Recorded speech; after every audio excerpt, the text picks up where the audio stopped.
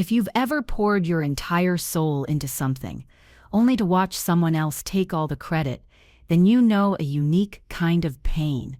It's a quiet, slow-burning fire that lives in your gut.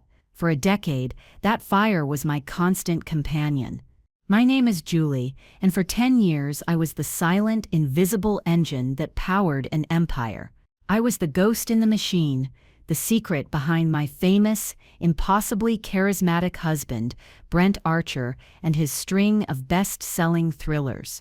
He was the handsome, witty author you saw on talk shows, the literary genius who graced the covers of magazines. I was the one in a worn-out sweatshirt, hunched over a keyboard at 2 a.m, my fingers flying as I channeled the grit, the suspense, and the very soul of his beloved detective, Jack Talon. Our life was a beautifully constructed lie, and I was its chief architect, and like any architect, I knew where all the load-bearing walls were, and I knew which one to knock down to bring the whole thing crashing to the ground. If my story can teach you anything, it's that you should never underestimate the person who types the words. They know the whole story, especially the ending. So get comfortable, because this is the story of how I took back my life, my name, and the multi-million-dollar character my husband was so sure he owned. It all ended, as these things so often do, on a Tuesday. It was raining, a miserable gray drizzle that matched the color of my world. Brent had been distant for months, his charm reserved exclusively for cameras and his publicist, a sleek, ambitious woman named Vanessa. He came into my office, the room where I had written every single one of his 9 consecutive #1 bestsellers. The room was my sanctuary and my prison, filled with research books, plot diagrams, and the faint, ever-present smell of lukewarm coffee. He didn't sit down, he just stood by the door, holding his ridiculously expensive leather jacket. He looked like he was posing for a book cover, even then. He told me it was over. He said he and Vanessa had a connection, a synergy he hadn't felt in years. He said he needed to be with someone who understood the pressures of his world, the world of the talent. I just stared at him, my mind a complete and total blank. 10 years of marriage, a decade of shared secrets, and my silent, exhaustive labor, all dissolving in a puddle of lukewarm cliches. I think I asked him what I was supposed to do. A stupid question, I know, but it was all I could manage. He gave me a small, pitying smile. It was the kind of smile you'd give a stray cat you were shooing off your porch. And then he delivered the line that would become the fuel for the fire I was about to build. He said, and I will never forget the exact cadence, the dismissive little tilt of his head, "You'll be fine, Julie. You're a great typist, but I'm the talent." He turned and walked away, confident that his next book, the 10th in the Jack Talon series, would be another smash hit without me. He was sure he was leaving me with nothing but a half-empty house and a decade of phantom memories. What he didn't know, what he had never bothered to know, was that the contract for his beloved career-defining detective character, Jack Talon, was under my name. I wrote the first book on spec, alone in a tiny apartment, long before he ever entered my life. He hadn't built his empire on his talent. He built it on my creation. His next book couldn't feature Jack Talon, but mine could. And that, I realized, as the front door clicked shut behind him, was a story he would have never seen coming. The silence in the house, after he left, was a physical thing. It was heavier than any blanket, colder than any winter night. For 10 years, the house had been filled with the sound of him, his booming laugh, his endless phone calls, the sound of him rehearsing anecdotes for his next television appearance. Now there was nothing but the hum of the refrigerator and the frantic, terrified thumping of my own heart. I walked from room to room, a ghost in my own home, tracing the outlines of where our life used to be. I touched the empty space on the mantelpiece where his literary awards had sat, awards for books he hadn't written a single word of. I ran my hand over the rich mahogany of the dining table, where we'd hosted dinner parties for publishers and critics, parties where I played the role of the quiet, supportive wife, smiling demurely as he accepted praise for my plot twists and my turns of phrase. It wasn't about revenge, not at first. At first it was just about survival. The shock was a deep, paralyzing cold that had settled into my bones. I felt hollowed out, scooped clean of everything that had defined me for the last decade. Who was I, if not Brent Archer's wife? Who was I, if not the silent partner, the secret weapon? For days I barely ate. I slept in fits and starts, waking up with a jolt in the middle of the night, reaching for his side of the bed, only to find it cold and empty. The world outside felt muffled and distant, as if I were underwater. I was drowning in the life we had built, a life that now felt like a meticulously crafted stage set for a play that had abruptly closed. My mind kept replaying memories, not as a comfort, but as a form of self-torture. I was trying to pinpoint the exact moment I had lost myself, the precise second I had agreed to become invisible. I remembered myself before him. I was 24, living in a cramped studio apartment in a less than glamorous part of the city. I worked as a barista by day and a writer by night. I didn't have much, but I had a story that burned inside me. It was the story of Jack Talon, a world-weary detective with a scarred past and an unshakable moral code. He wasn't just a character to me, he was a part of my soul. I poured everything I had into that first manuscript, writing on a second-hand laptop until my fingers ached and the sun came up. The finished book, titled The Talon's Grasp, was my proudest achievement. It was raw, it was mine, and it was good. I knew it was good. Then I met Brent. He was performing at a local poetry slam, all brooding intensity and magnetic charm. He wasn't a particularly good poet, but he was a fantastic performer. He could sell mediocre words with a conviction that made them feel profound. He swept me off my feet. He was fascinated by my writing, by the world I had created. He read my manuscript in one night and showed up at my apartment the next day, his eyes blazing with an ambition I mistook for passion. He told me I was a genius, a once-in-a-generation talent. But he said, the publishing world was brutal. It wasn't just about the words on the page, it was about the face on the book jacket. He laid out a plan. He would be the frontman, the charismatic salesman. I would be the artist, the pure creator, protected from the crass commercialism of it all. You're the soul, I'm the suit, he'd said, his voice a seductive whisper. Together we'll be unstoppable. I was young, I was in love, and I was desperate for my creation to see the light of day. I agreed. The first lie was the easiest to swallow. He found a publisher, a small but hungry independent press. The editor, a man named Arthur Finch, loved the book. He saw the franchise potential immediately. But he echoed Brent's concerns. The market loves a personality. Arthur had said during our first and only joint meeting, we need an author who can charm the critics and sell books on morning television. Brent, smooth as silk, had stepped right into the role he was born to play. He suggested with a performance of humble reluctance that perhaps he should be the named author. Just for this first one, he'd promised me later that night, holding me close. Just to get our foot in the door. It's still our book, Julie. It will always be ours. I remember feeling a tiny sharp prickle of unease, a little voice in the back of my mind, screaming that this was a mistake. But the advance check was more money than I had ever seen. The promise of publication, of seeing my words in print, was a siren song I couldn't resist, so I silenced the voice. I let him sign the author line. And just like that, Jack Talon became his. The success was immediate and explosive. The Talon's Grasp became a surprise hit, then a runaway bestseller. Brent was a natural.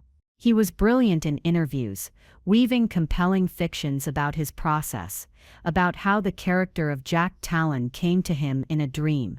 I would watch him on television, from our new, much larger apartment, a knot of something complex and bitter twisting in my stomach. It was pride, yes, but it was a poisoned pride. The lines began to blur almost immediately. Our success became his. Success, our. Money became his. Money which he graciously shared with me. My role was relegated to the shadows. When the time came for the second book, there was no longer any question of whose name would be on the cover. It had become the established reality. Any time I tried to bring it up, to suggest maybe we could co-author, he would shut me down with a practiced, gentle gaslighting. "Darling, why would we mess with a winning formula?" He'd ask, stroking my hair. "You hate the spotlight. You get to stay home and create, and I handle all the ugly business side. It's a perfect system. Don't be difficult." And so I wasn't. I told myself I was protecting the work. I told myself it was a partnership, just an unconventional one. I became a master of self-deception, burying my own identity under the weight of his growing fame. He was the talent. I was just the typist. He said it so many times, in so many small ways over the years, that I had started to believe it myself. For weeks after he left, I was adrift in this sea of painful memories. I let his calls go to voicemail.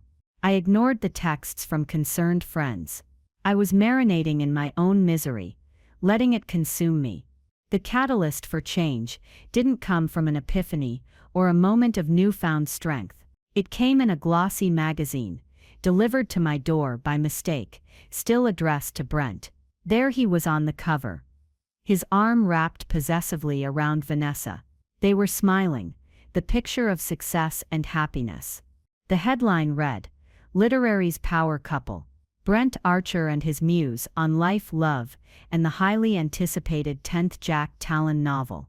I read the article standing right there in my foyer. It was a nauseating piece of fluff, filled with quotes from Brent about his grueling writing process and how Vanessa's sharp marketing mind had unlocked new depths in his iconic character. He talked about Jack Talon as if he'd birthed him. He described the character's quirks, his backstory, his motivations, all things that had come from my mind, my heart, my late nights of struggle. He was erasing me, not just from his life, but from my own. He wasn't just leaving me. He was stealing my soul and selling it as his own. Something inside me didn't just break, it detonated. The grief, the shock, the years of repressed resentment, all of it flash froze into something hard and sharp, and diamond clear. It was a cold, quiet fury that settled deep in my bones.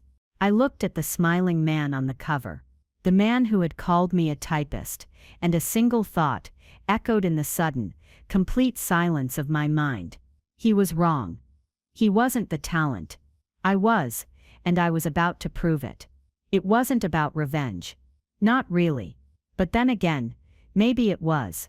Maybe it was about taking back what was mine, and if his empire had to burn to the ground in the process, well, a good fire can be very cleansing. The first step was to find the proof.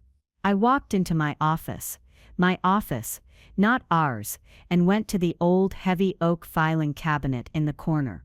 It was a piece I'd bought at a flea market years ago, long before Brent's fame had furnished our lives with expensive, soulless modern pieces. He always called it my clunky old thing. He never once opened a single one of its drawers. His entire world was digital, managed by assistants and publicists. The idea of paper files was archaic to him. I twisted the small brass key in the lock of the bottom drawer. It opened with a satisfying metallic groan. Inside, beneath years of my personal tax returns and old journals, was a faded manila folder labeled simply J. Croft IP. My hands were shaking, but not from fear. It was adrenaline. I lifted out the single, stapled document inside. It was the original publishing agreement for the Talon's Grasp. It was dated 11 years ago. 6 months before I had even met Brent. I had signed it with a local hungry publisher, before Brent had convinced me we could do better, and moved it to Arthur Finch's press. But this first contract was the one I'd negotiated myself, with the help of a legal aid lawyer. The key clause was on page 3, a paragraph I had insisted on, born from some prescient fear of being exploited. It stated that the publisher was granted the right to publish the work titled The Talon's Grasp, but that the character of John Jack Talon, including his name, likeness, backstory, and all derivative rights, remained the sole and exclusive intellectual property of the author Julie Croft. When Brent had renegotiated the deal with Arthur Finch, he had used that original contract as a template. He'd focused on the advance, the royalties, the film rights. He'd changed the author's name from Julie Croft to Brent Archer, but he'd dismissed that IP clause as legal boilerplate and left it untouched. He had, in his haste and arrogance, signed a document that explicitly gave him credit for the book, but left ownership of the golden goose squarely in my hands. I stared at my maiden name, Julie Croft, on that page. It felt like looking at a photograph of a person I used to know. It was the name of a woman who had dreams, who had created something, and who had the foresight to protect it. It was time to bring that woman back from the dead. I knew I couldn't do this alone. Brent had a team of high-powered lawyers and agents. I had a dusty contract and a decade of experience being underestimated. I needed an ally, someone who understood not just the law, but the fight. I spent days researching intellectual property lawyers, looking for someone who wasn't part of the flashy, interconnected world of New York publishing. I found him in a city a few hours away. His name was Marcus Thorne. His website was simple. His office was in a modest old brick building, and his biography mentioned a focus on creators' rights. He sounded like exactly what I needed. A bulldog, not a show poodle. I scheduled a consultation. Sitting in his quiet, book-lined office, I felt a tremor of my old anxiety return. What if I was wrong? What if the contract had some loophole I didn't understand? Marcus was a calm, thoughtful man in his late 40s, with kind eyes and a weary set to his shoulders that suggested he'd seen his fair share of battles. He listened to my entire story, without interruption, his face impassive. I told him everything. The ghostwriting, the lies, the typist comment, the magazine cover.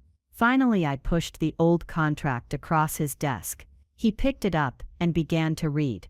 The silence in the room stretched on for what felt like an eternity. He read it once, then went back to the beginning, and read it a second time, more slowly. He paused on page 3, his finger tracing the lines of the intellectual property clause. He looked up at me, and for the first time, a small, slow smile spread across his face. "Miss Croft," he said, and the way he used my real name sent a jolt of strength through me. "It's Mrs. Archer, legally. But I'm working on that." He nodded, his smile widening. "Well, Miss Croft, this is not a typist's contract. This is a queen's gambit." He never saw it, did he? "He called it boilerplate," I said, my voice barely a whisper. "Men like your husband," Marcus said, leaning back in his chair. "They see what they want to see. They focus on the glory, the name on the cover, the size of the check. They don't read the fine print, because they assume the fine print is for little people. They assume it could never apply to them." He then told me a little about himself, and I understood why he was looking at me with such empathy. His father had been a celebrated landscape painter, and his mother had been his everything. His business manager, his canvas prepper, his archivist, his muse. She'd managed his entire career, allowing him to simply create. When he died, his extended family, the estate managers, had tried to push her out, claiming she was just the wife, and had no claim to the work or its legacy. Marcus had been fighting them for years.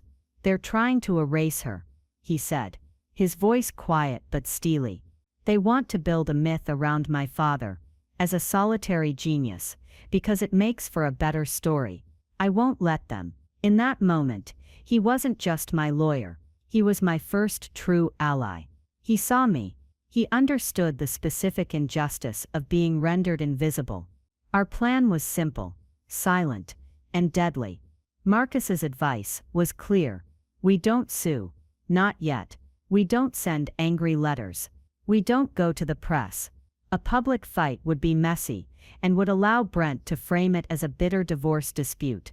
Instead, we would build an unbreachable legal fortress around the character of Jack Talon.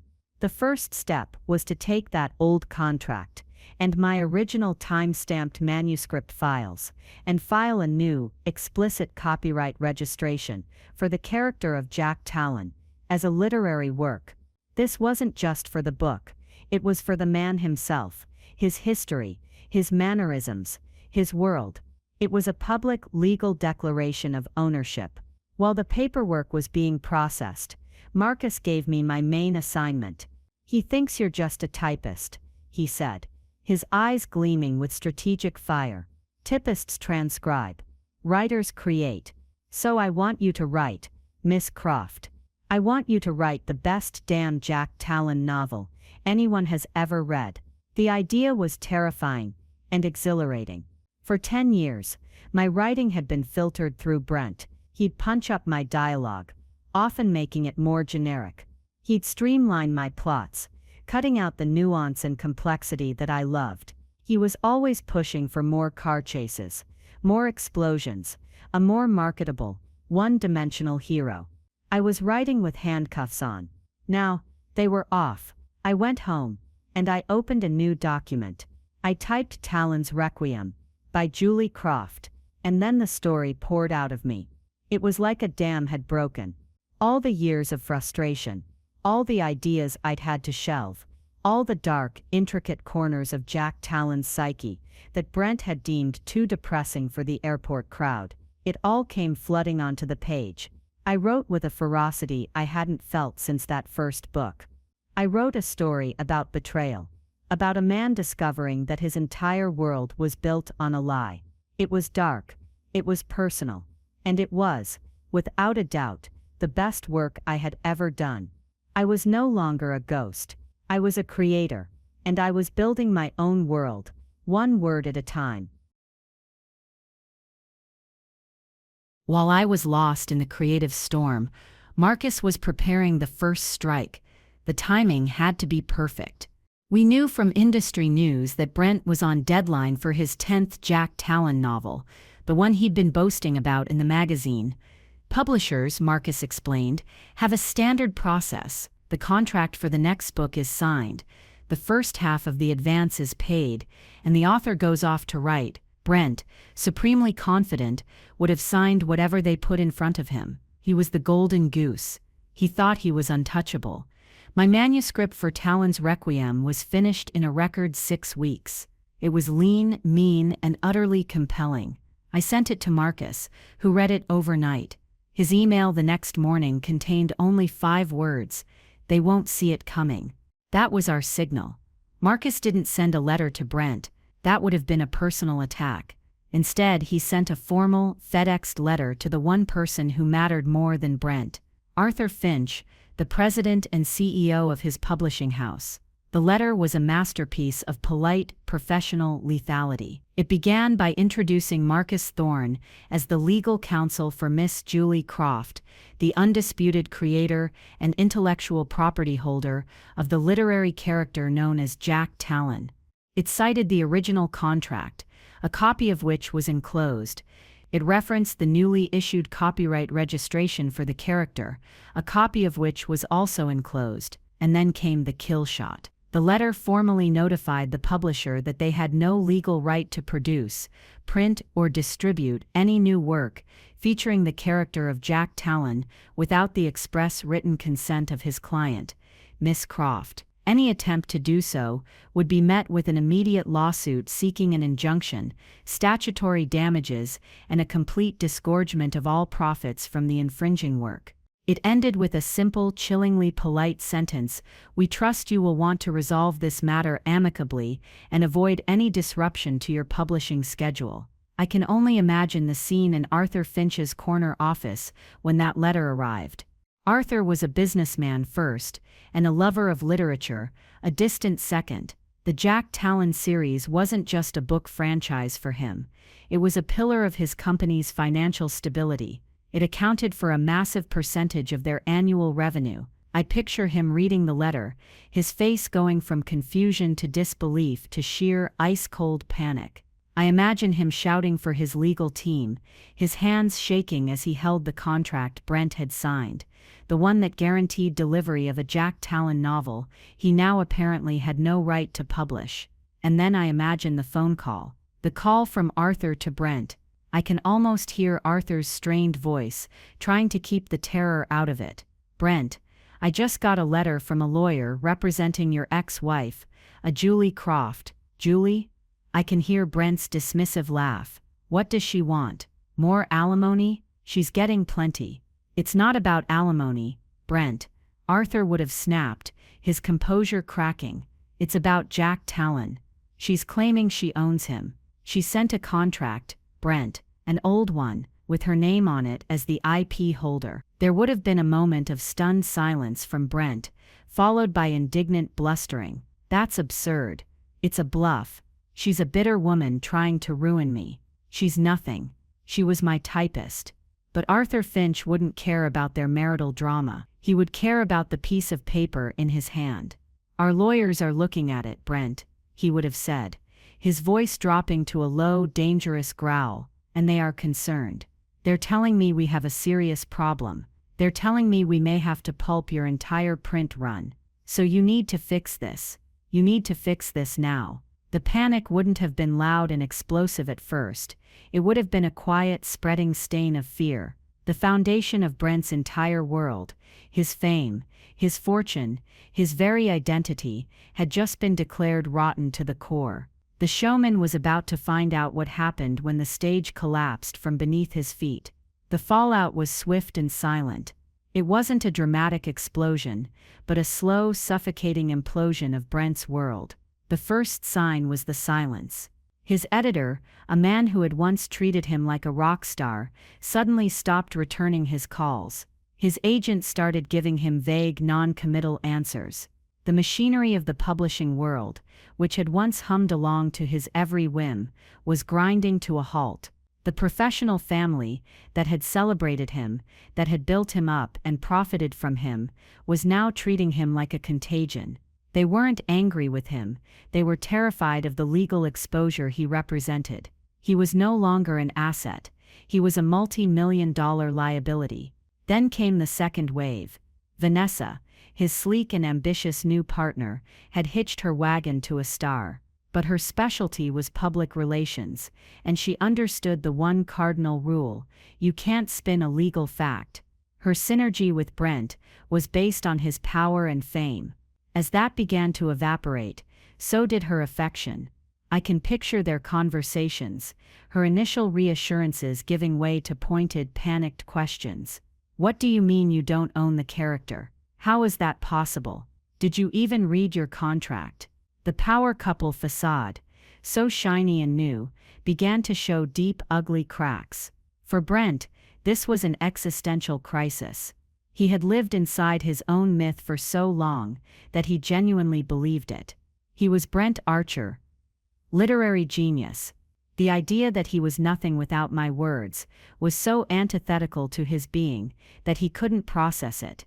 His first attempts to contact me were pathetic. He sent a series of texts, starting with a cajoling, manipulative tone. "Jules, darling, there's been a terrible misunderstanding. Arthur is panicking over nothing. Let's you and I sit down and talk this out, for old time's sake." I read the message and deleted it without replying. The silence from my end seemed to drive him into a frenzy. His messages got angrier, more desperate. "You can't do this to me, Julie. After everything I've done for you, I made Jack Talon a household name. I made you rich. You owe me." The accusations were so absurd, so completely inverted from the reality of our lives, that I almost laughed. He wasn't just a liar, he was a true believer in his own fiction. When his texts and voicemails went unanswered, he did exactly what Marcus predicted he would do. He tried to fight it in the court of public opinion. He gave an exclusive interview to a sleazy online gossip site, painting himself as the victim. He claimed his bitter, vindictive ex-wife was trying to destroy his career out of jealousy over his new relationship. He hinted that I was mentally unstable, that I was having delusions of grandeur. It was a classic desperate gambit, and it backfired spectacularly. Instead of making me look crazy, it made him look cruel and petty. The comments section was brutal. People asked the obvious questions. If she was just a typist, why would she even have a claim? If she's so unstable, how did she manage to ghostwrite 9 bestsellers for you? His attempt to control the narrative had only made him look like a bully and a fool. The power had shifted. He was flailing in the open, making noise, while I remained silent, gathering my strength, waiting for the final, decisive move. The call came a week after Brent's disastrous interview. It wasn't from Brent, it was from Arthur Finch's personal assistant.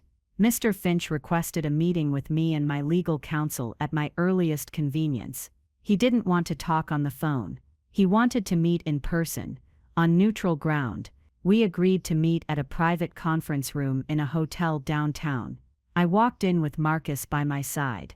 I was wearing a simple, well-tailored dress I had bought the day before.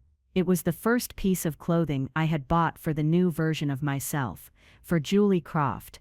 Arthur Finch was already there, looking 10 years older than he had the last time I'd seen him.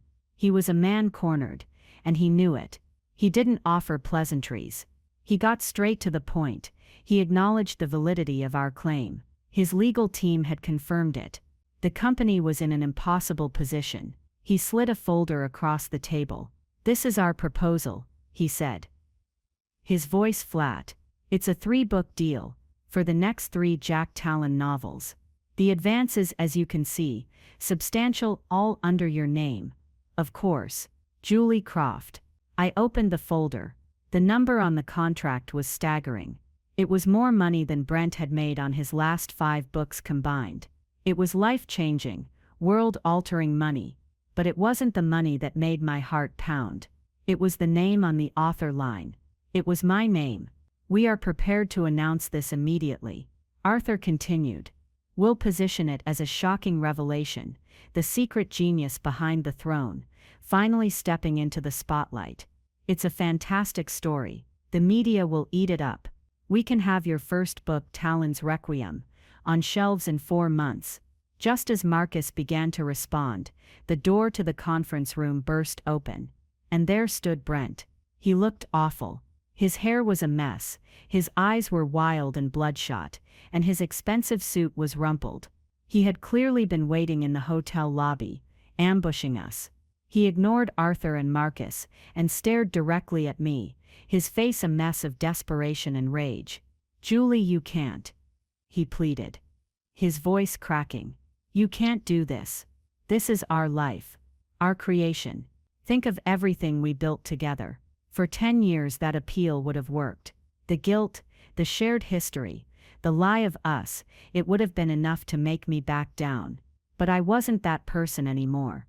I looked at him, at this frantic, broken man, and I felt nothing but a distant, clinical pity. I let the silence hang in the air for a long moment. Then I spoke to him for the first time since he had walked out of my life. My voice was calm, even, and clear. "You're wrong, Brent," I said. "We didn't build it. I built it. You just put your name on the front door. Jack Talon is mine. The stories were mine. The words were mine." I leaned forward slightly, making sure he could see the absolute certainty in my eyes. "You were right about one thing, though. I am a great typist. I picked up the pen from the center of the table. And I just typed you out of my life." I turned to a stunned Arthur Finch, clicked the pen, and signed the contract with a firm, steady hand. I pushed it back across the table. "You have a deal, Mr. Finch." The look on Brent's face was more satisfying than any amount of money. It wasn't anger anymore. It was the blank, hollow shock of a man who had just watched his entire world vanish into thin air. He had been so sure he was the talent. But the talent had just signed a contract, and for the first time it was under the right name. The aftermath was a media firestorm, just as Arthur had predicted. The headline was on every major news site. Literary fraud of the decade. Best-selling author Brent Archer. A fake series to continue with true creator. Julie Croft. The story was irresistible. The secret ghostwriter. The spurned wife. The dramatic revelation. My face, the face of a woman no one had ever seen, was suddenly everywhere. And Brent? He was a pariah. The literary world, which values authenticity above all else, cast him out completely. He was a joke, a cautionary tale whispered at cocktail parties. His friends disappeared. His agent dropped him. And Vanessa, the ambitious publicist, seeing her own reputation being scorched by his proximity, left him within a week of the news breaking. She released a statement claiming she was profoundly shocked and disappointed by his deception. He was left with nothing but his infamy, and the legal bills from a divorce in which he had absolutely no leverage. My book, Talon's Requiem, was released into a frenzy of anticipation. The pre-orders broke publishing records. And when it came out, the critics were unanimous. They called it a stunning return to form, the best and most complex book in the series. They praised its emotional depth, its darker tone, its intricate plotting, all the things I had fought to include for years, only to be told they weren't marketable. I was no longer a ghost. I was a phenomenon. A year has passed since that day in the conference room. I'm writing this from the sun-drenched study of my new home, a beautiful old house on the coast of Maine, overlooking the ocean. The air here is clean and smells of salt and pine. The only sounds are the seagulls and the gentle rhythm of the waves. It's a quiet life, a peaceful life, my life. I finished my first solo book tour a few months ago. Standing on a stage, seeing a sea of faces looking up at me, listening to my words, was the most terrifying and validating experience of my life. They weren't there for a charming performer. They were there for the story. They were there for me. It was never truly about the revenge, or even the money. It was about reclaiming something more fundamental. My own name, my own identity. For a decade, I allowed someone else to be the author of my life. I let him write my story, define my worth, and put his name on the cover. The greatest plot twist I ever wrote was the one where I took the pen back. He called me a great typist, and for so long, I allowed that to be my label. I let his definition of me become my reality. But here's the truth. I had to fight my way back to. We are all the authors of our own lives. Your story is yours to write. Your name is yours to claim. There will always be people who want to edit you, to cut out the parts of you they don't like, to slap their own title on your work. They will try to convince you that you are just a supporting character in their grand narrative. Do not let them. You are the talent. You are the creator. You just have to have the courage to pick up the pen, to write your own truth, and to sign your name to it in big, bold letters. Never ever let anyone tell you that you are just the typist. Your story is worth more than that. You are worth more than that. If you've ever felt overlooked, undervalued, or had your work claimed by someone else, I want you to know that you are not alone. Please, share your story in the comments below. I promise you I read every single one, and I see you. If my story resonated with you, please consider liking this video and subscribing to the channel for more stories about finding your voice and reclaiming your power. Your support truly helps this community grow, and it's a powerful reminder that our stories matter. Thank you for listening.